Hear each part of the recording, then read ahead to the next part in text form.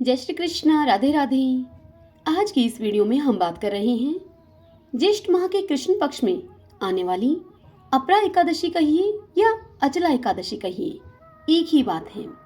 इस एकादशी के विषय में, यह अपरा एकादशी कब है, इस एकादशी के व्रत को करने का शुभ मुहूर्त क्या रहेगा, इस एकादशी की पूजा विधि क्या है, व्रत कथा क्या है, इस अपरा एकादशी का पारण कब, किस दिन और किस समय करें, इस समस्त जानकारी के लिए आइए अब वीडियो को शुरू करते हैं।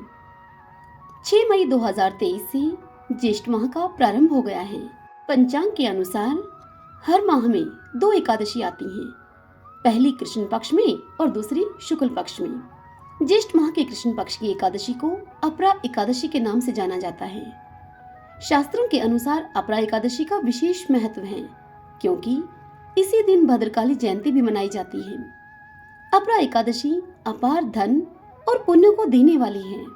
इस एकादशी के व्रत को करने से समस्त पापों का नाश हो जाता है। आइए जानते हैं इस साल ज्येष्ठ माह के कृष्ण पक्ष में अपरा एकादशी व्रत का शुभ मुहूर्त।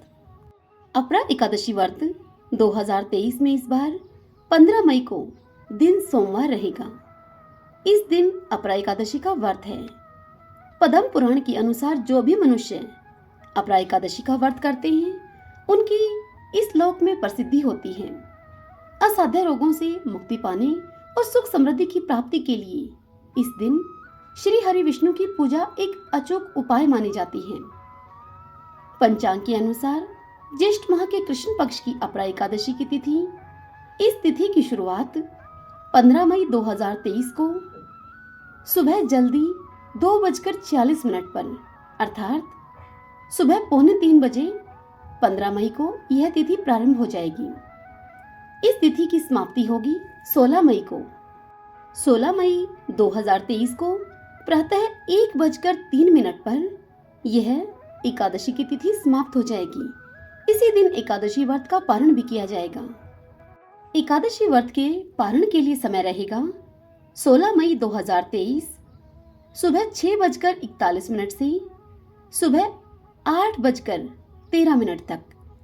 इस समय के बीच आप अपने इस एकादशी व्रत का पारण अवश्य कर लें। इस एकादशी के दिन भगवान विष्णु की पूजा करने का शुभ मुहूर्त रहेगा सुबह 8:54 से सुबह 10:36 तक। यह बड़ा ही उत्तम मुहूर्त है। इस समय में आप अपने एकादशी व्रत की पूजा संपन्न करें। धार्मिक मान्यता के अनुसार जो फल गंगा तट पर पितरों को पिंडदान करने से प्राप्त होता है, वही फल अपरा एकादशी का व्रत करने से प्राप्त हो जाता है। बद्रीनाथ के दर्शन, सूर्य ग्रहण में स्वर्ण दान करने से मिलने वाला फल इस एकादशी को करने मात्र से मिल जाता है। इस अपरा एकादशी को अचला एकादशी के नाम से भी जाना जाता है। इस दिन श्री हरि का पूजन और ब्राह्मणों को दान देने से कीर्ति और धन में वृद्धि होती है। पद्म पुराण में इस अपरा एकादशी को लेकर एक वर्णन मिलता है। उस वर्णन में कहा गया है कि अपरा एकादशी का पुण्य व्यक्ति को मृत्यु के बाद भी प्राप्त होता है। इस व्रत से वैकुंठ धाम की प्राप्ति होती है। इस व्रत के संबंध में भगवान श्री कृष्ण ने स्वयं धर्मराज युधिष्ठिर से बताया है कि हे युधिष्ठिर, ये व्रत बड़े बड़े पापों को भी नाश करने वाला है। जो भी व्यक्ति इस व्रत को करता है, उसे अपार धन प्राप्त होता है और उसे संसार में यश मिलता है।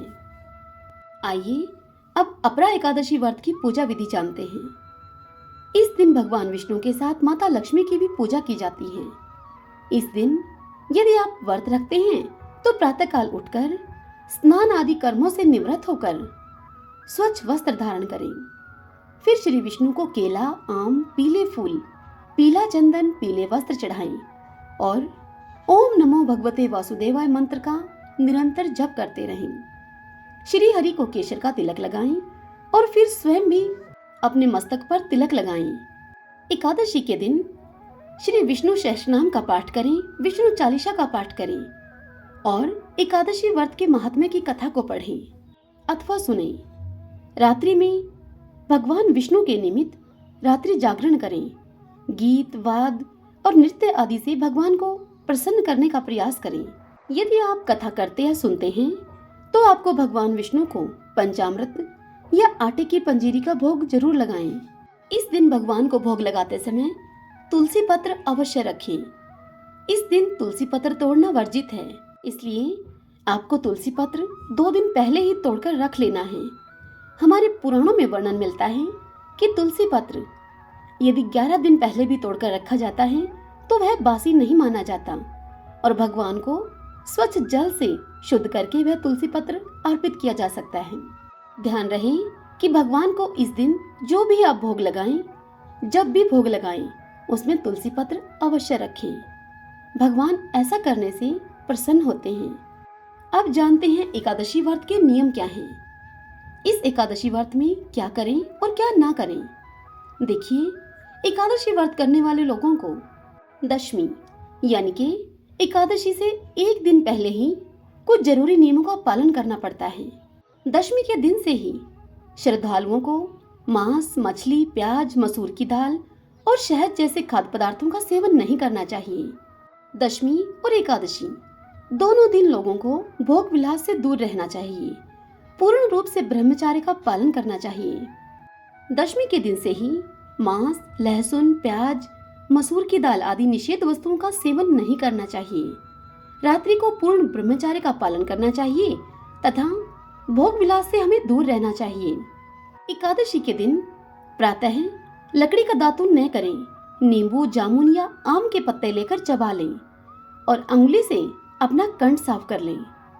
वृक्ष से पत्ता तोड़ना भी वर्जित है, इसलिए स्वयं से गिरा हुआ पत्ता लेकर उसका सेवन करें।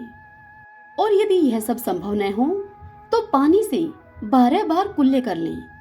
फिर स्नान आदि करके मंदिर में जाकर गीता पाठ करें या फिर पुरोहित जी से कहकर गीता पाठ का श्रवण करें। फिर प्रभु के सामने इस प्रकार प्रण करें कि आज से मैं चोर, पाखंडी और दुराचारी मनुष्यों से बात नहीं करूंगा और न ही किसी का दिल दुखाऊंगा। रात्रि को जागरण करके मैं कीर्तन करूंगा। तत्पश्चात ओम नमो भगवते वासुदेवाय इस 12 अक्षर मंत्र का जप करें। राम, कृष्ण, नारायण आदि विष्णु के सहस्त्र नामों को कंठ का भूषण बनाएं। भगवान विष्णु का स्मरण करके प्रार्थना करें और उनसे कहें कि हे प्रभु, हे त्रिलोकीनाथ, मेरी लाज अब आपके हाथ में है, अतः मुझे इस प्रण को पूरा करने की शक्ति प्रदान करें आप। और यदि भूलवश किसी निंदक से बात भी कर ली जाए तो भगवान सूर्य नारायण साक्षात हैं। सूर्य नारायण भगवान के दर्शन करके धूप दीप से श्री हरि की पूजा करके क्षमा मांग लेना चाहिए। एकादशी के दिन घर में झाड़ू नहीं लगाने चाहिए, क्योंकि चींटी आदि सूक्ष्म जीवों की मृत्यु का भय रहता है। इस दिन बाल नहीं कटाने चाहिए और न ही अधिक बोलना चाहिए। अधिक बोलने से मुख से न बोलने वाले शब्द भी निकल ही जाते हैं। इस दिन यथाशक्ति दान करना चाहिए, किंतु स्वयं किसी का दिया हुआ अन्न आदि कदापि ग्रहण न करें।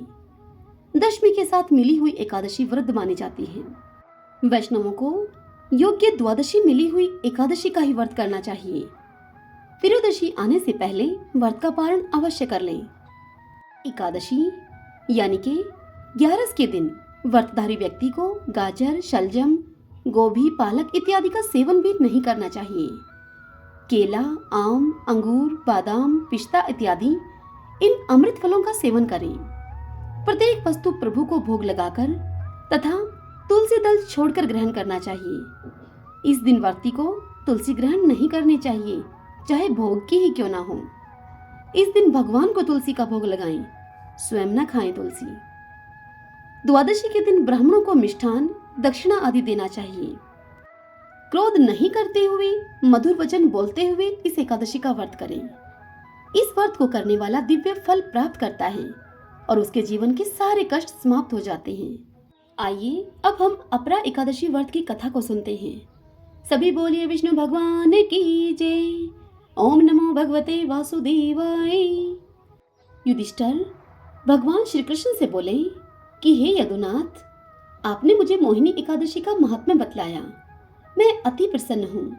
अब आप मुझे ज्येष्ठ माह के कृष्ण पक्ष की उस एकादशी का नाम और उसको संपन्न करने की रीति विस्तार पूर्वक बतलाइए। तब यदुनाथ ने कहा कि हे धर्मनंदन, ज्येष्ठ माह की इस एकादशी को अपरा एकादशी कहते हैं। इस एकादशी के पुण्य प्रभाव से विशाल धन मिलता है। वह एकादशी पुण्यमयी और पाप हरणी है। इस एकादशी का उपवास करने वालों को इसी लोक में अपार धन व प्रसिद्धि की प्राप्ति होती है।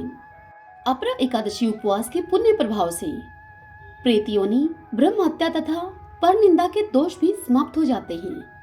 पर नारी सहवास के दोष से भी मुक्ति मिल जाती है। असत्य गवाही, झूठा भाषण, वेद शास्त्र का गलत पठन, मिथ्या शास्त्र बनाना या गलत ज्योतिष लगाने से होने वाले पाप भी समाप्त हो जाते हैं। युद्ध क्षेत्र से भागे हुए क्षत्रिय भी इस एकादशी के पुण्य प्रभाव से नरक पाने के स्थान पर स्वर्ग लोक को जाते हैं। गुरु से विद्या ग्रहण करके भी उसकी निंदा करने वाले जो नरकगामी होते हैं, वे भी इस एकादशी उपवास के कारण स्वर्गलोक को प्राप्त कर लेते हैं। देश के तीनों पुष्कर तीर्थों में या कार्तिक माह में गंगा स्नान करने से अथवा गंगा तट पर पितरों हेतु पिंड दान करने से जो पुण्य मिलता है, वही फल अपरा एकादशी उपवास के पुण्य प्रभाव से प्राप्त होता है। सिंह राशि वाला जो पुण्य वीरवार को गोमती स्नान से, कुंभ के अवसर पर श्री केदारनाथ के दर्शन से अथवा बद्रिकाश्रम में रहने से या सूर्य या फिर चंद्र ग्रहण में कुरुक्षेत्र में स्नान से जो पुण्य फल प्राप्त होता है, वह इस अपरा एकादशी उपवास के बराबर होता है। हाथी घोड़े के दान से अथवा यज्ञ के समय स्वर्ण दान करने से भी मिलने वाला फल अपरा एकादशी उपवास के तुल्य होता है। स्वर्ण दान, गौ दान अथवा पृथ्वी दान करने से मिलने वाला पुण्य भी इस अकेली एकादशी उपवास के पुण्य जैसा ही होता है। यह उपवास पाप समूह के वृक्ष को उखाड़ने के लिए कुल्हाड़ी का काम करता है। पाप रूपी अंधकार को दूर करने के लिए इस एकादशी उपवास का पुण्य सूर्य के समान प्रकाशमान होता है, जो अंधकार को दूर भगाता है। यह सर्वश्रेष्ठ एकादशी उपवास है। अतः सबको यह उपवास अवश्य ही करना चाहिए। इस दिन श्रद्धा भाव से विष्णु भगवान का पूजन करना चाहिए, ताकि मरणोपरांत विष्णु धाम अर्थात मोक्ष की प्राप्ति हो सके। इतनी कथा सुनाकर यदुनाथ बोले, हे धर्मनंदन, प्राणी मात्र के हित में मैंने तुम्हें यह कथा कही है। इसके पठन या श्रवण से भी पाप समूह का विनाश हो जाता है। ओम नमो भगवते वासुदेवाय। ओम श्री कृष्णाय नमो नमः। यह वीडियो, यह जानकारी आपको पसंद आई हो तो इस वीडियो को आप लाइक करें और कमेंट बॉक्स में ओम नमो भगवते वासुदेवाय लिखें। हरे कृष्णा।